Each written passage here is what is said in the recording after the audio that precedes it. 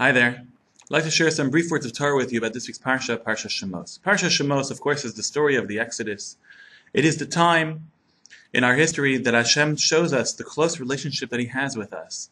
And He treats us indeed as children. Like it says, Banim atem la'Hashem Elokechem, you are the children of Hashem, your God. The relationship we have is one of love. Hashem loves us as we love our own children. That's the metaphor that we use to describe that love, to describe that connection. The first time you see that is in this week's Parsha, where it says, in the incident with Moshe at the burning bush, Vayomer, and Hashem said, Moshe, Moshe. He repeats Moshe's name twice. Why? Because it's an expression of love, says the Medrash.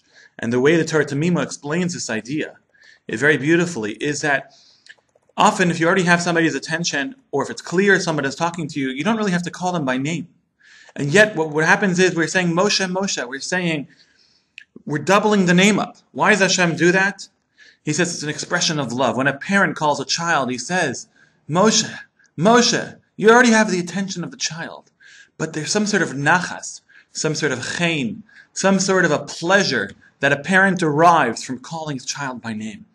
And that's the idea here, that Hashem calls Moshe using the expression of love, where he says, Moshe, Moshe. This is one idea, where in the parsha where you see that Hashem, in his introduction to Moshe, when he comes to meet Moshe for the first time, when he tells him, I want you to go back to Mitzrayim and take my people out. Who are my people? They are my children. This is the beginning of the relationship that Moshe has with Hashem, the beginning of the relationship where Hashem is teaching Moshe the type of connection that he has indeed with the people. May we all merit feeling that love of Hashem's, where He loves us and cares for us, and our every concern is His every concern.